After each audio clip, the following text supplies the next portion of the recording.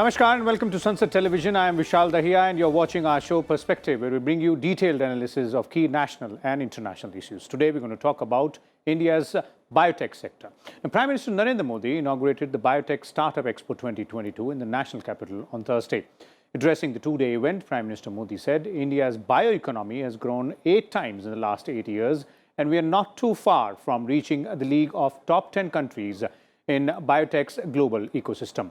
India is among the top 12 destinations for biotechnology globally and third largest biotechnology destination in the Asia-Pacific region. The bioeconomy's contribution to the national GDP has also grown steadily in the past years. The biotech industry in India comprises over 5,000 companies and is home to a strong skilled resource pool due to the high number of science and technology graduates. In today's episode, we will discuss and analyze the opportunities and challenges for the biotech sector in India. And for more on this, we're joined by a distinguished panel of experts. Let me first introduce them to you, beginning with, we have with us in the studio Ms. Anu Acharya. She is the founder and CEO of MapMyGenome. Welcome to Sansad Television, Ms. Acharya. We are also joined by 3 more guests. Dr. Sanjay Singh is joining us. He is the director and CEO of Genova Pharmaceuticals Limited.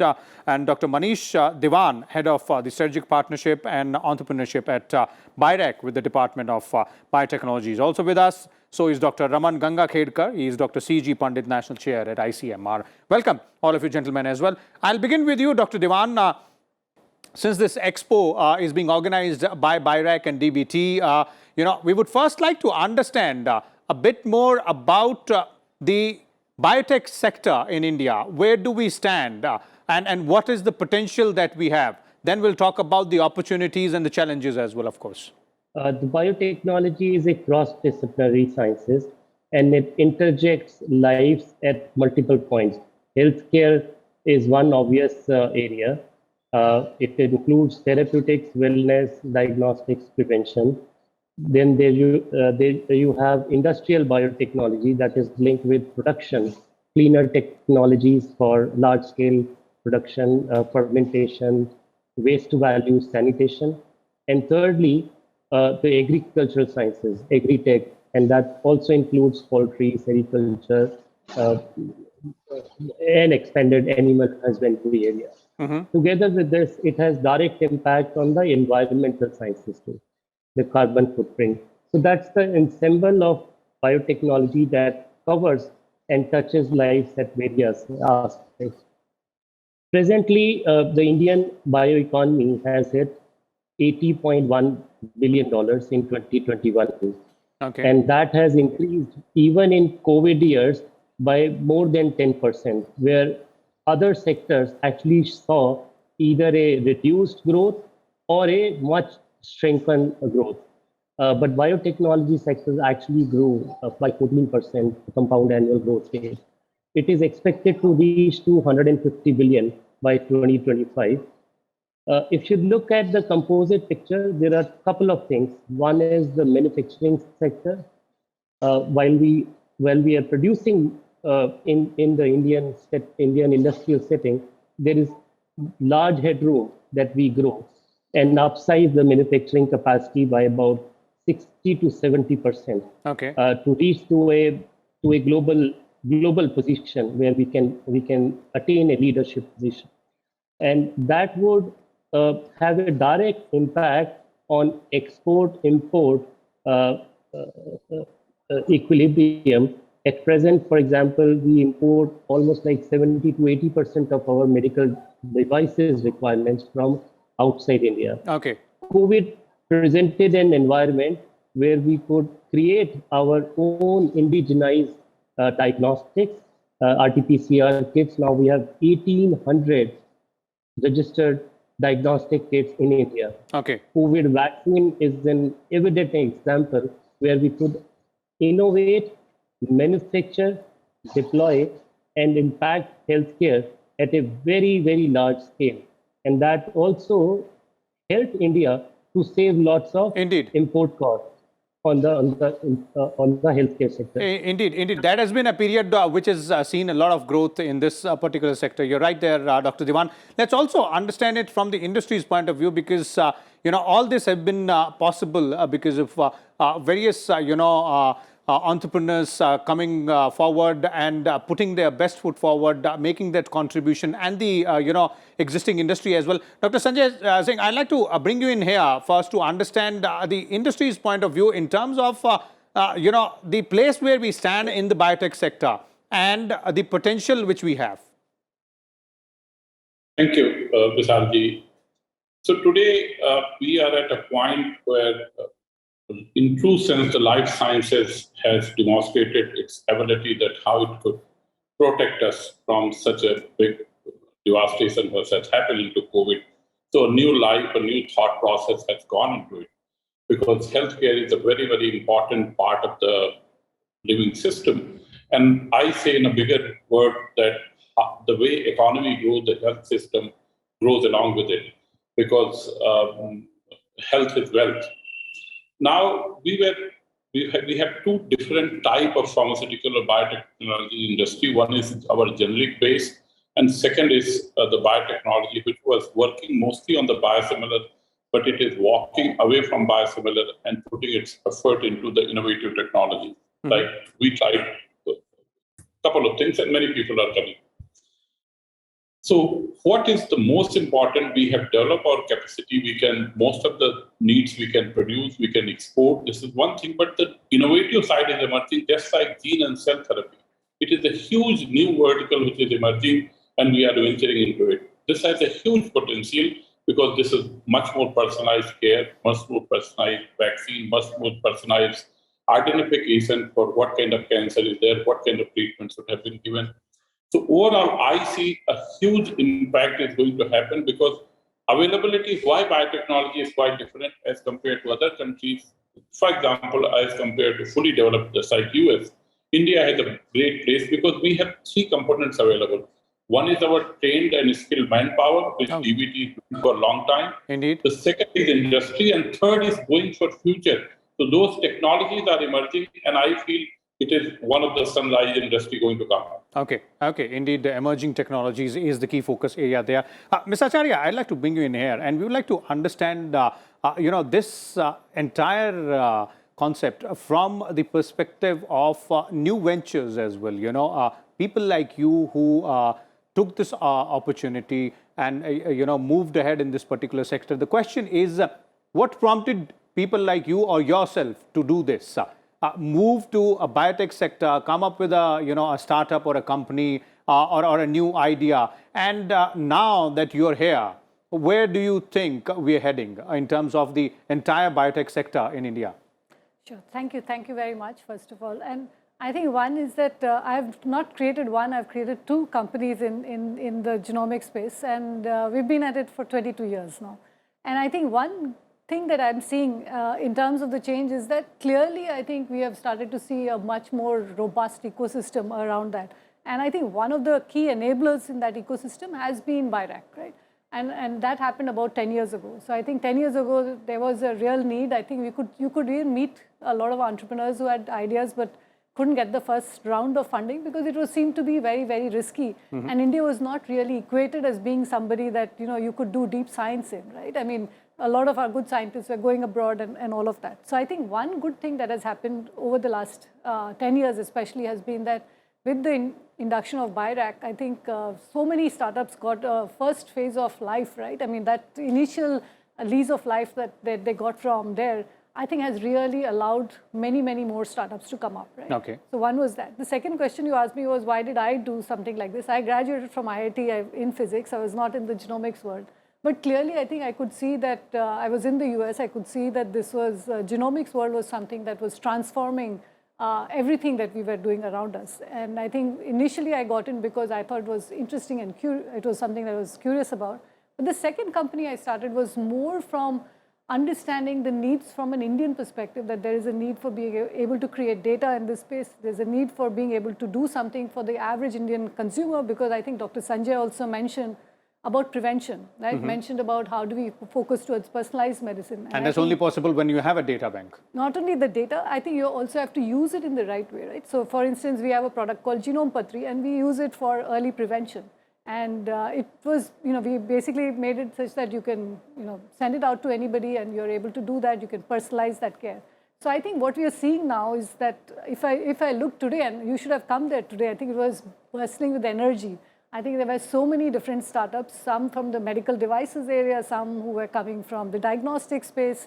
And many of them, I think, saw that the pandemic was a great enabler in many ways to be able to showcase some of the strengths that we have in the Indian industry. Okay. And what we are going to see now over the next 10 years, I think, is that now that we have done that, we have proven scale, we have proven that we will be able to do that, I think we'll start seeing the true hockey stick jump, I would say, for the biotech industry. Okay, indeed, that'll be really wonderful to look at. But since you mentioned, there's this particular aspect, pandemic being the enabler for this industry, and Dr. Dewan also referred to that. I'd like to bring in Dr. Ganga Khedkar here. Dr. Ganga Khedkar, during this difficult period of 2.5 years of our battle against COVID-19, we have had numerous talks, and I remember us having discussions about new technologies coming about, their utilization in the battle against COVID pandemic and for the future use as well.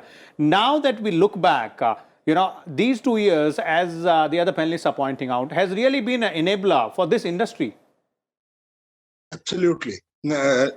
If I recall the old days, I remember those days when every country was trying to buy reagents for COVID testing, RT-PCR per se.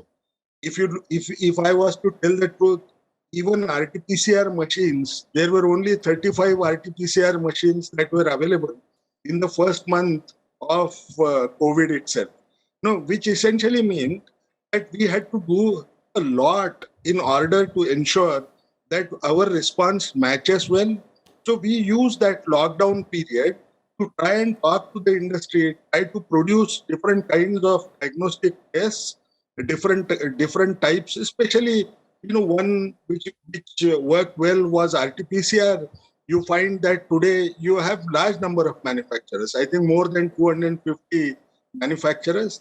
And if you look at even doing serologic test for COVID, ICMR facilitated the whole movement of developing these serologic tests by offering these viral isolates to different industry partners. The third thing which one has to also remember is vaccines are also a component of this industry. And we tried to promote Covaxin mainly because we thought that our forte lies in older technology, and newer technology may take its own time to get standardized, and therefore the isolates were shared, handholding was done, and that's how Covaxin was actually created. But at the same time, we also ensured that we collaborated well with Serum Institute and try to help them out to develop Covishield by negotiating together with the Oxford group. Okay. And now we should be very happy because we have different technologies that are available. It includes the old technology that we had of whole inactivated vaccine. If you look at Covishield talks in terms of spike protein being used on an adenovirus vehicle, which was not there before. You have Dr. Sanjay Singh who talks of mRNA technology. You have protein subunit vaccines as another new platform that has come in.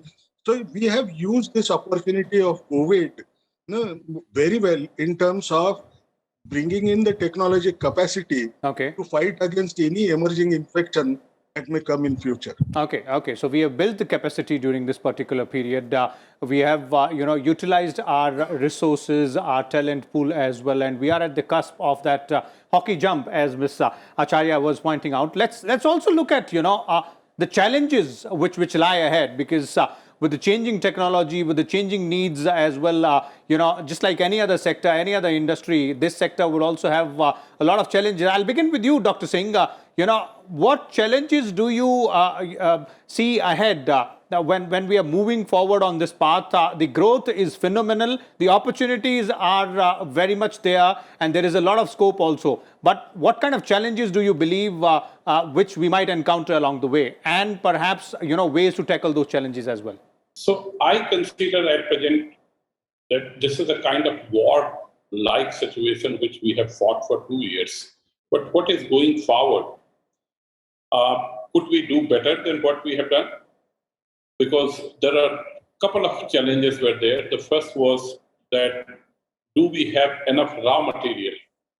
So we have to do backward integration, and we are one of the great country for manufacturing. We should backward integrate for most of our raw material. It is very, very important. Otherwise, you are dependent on other nations. So just like we are developing a mRNA vaccine program for next 5 to 7 years, the first thing we started along with that, can we backward integrate almost of this enzyme, lipids, whatsoever required? Because that is one part. The second part is, yes, industry, policymaker, regulatory has to work hand in hand in such a fashion that we have to prepare for these technologies, because when we went with mRNA, it was difficult to justify different kind of questions. Yes, regulator has to ask for the safety and efficacy. So those kind of capacity building of expert into regulatory authorities are required. The third one is, I would like to say that roughly what the loss has happened to economy, maybe in my term, I'm not an economist, but around $3 trillion we might have lost in economy in the last 2.5 years. Can we build a system in such a fashion by investing few $1 billion that we are prepared for it? So we don't have to go and buy the aircraft when the war has started. We should have in-house these capabilities. So very rapidly we can turn it around and do much better job what we have done. So we have to keep on improving these. So these are the certain challenges, and we look forward for them to solving. And those are really important one. Ms. Acharya would like to add on to them because we're looking at a path from here onwards where we will have to look at both the opportunities, the scope, and the challenges as well from a futuristic point of view. We have learned from this pandemic as to what big problems we might face in the future. So I think one of the things that we started during the pandemic, which the DBT also started, was the INSACOG, right? The one that we started, and I think now everyone has heard about INSACOG and the variants and the sequencing and all of that. I think that was a great effort, and I think now what we need to do is to expand that, right? Whether we want to make sure that we have enough data from a virus perspective, understand that, so focus on something that will allow us to be able to be future ready. That is one. Second thing also, and I think one thing that ICMR did, which I think as Doctor was mentioning, I think we were one of the few labs that had PCR, right? But there were very, very few labs that were there. And I think the pace at which we did that, I think there were suddenly like 2,000 labs that got approved and all of that. And I think one good thing that we can learn from here is that can we actually focus on quality? And because I think that will ultimately be the one that we want to be able to build on something that will allow us to be able to become global players. And I think, whether it is the way it looks, whether it is the way of making sure everything is exactly the same, I think then we'll be able to compete, because otherwise people think German quality, this thing. So I think we have to make sure that, when we want to do India, I think that is another aspect that we have to focus on. And the third is, I think, to strengthen because now we are seeing that biotech is coming from many different angles, right? So we had some things that they're very interdisciplinary.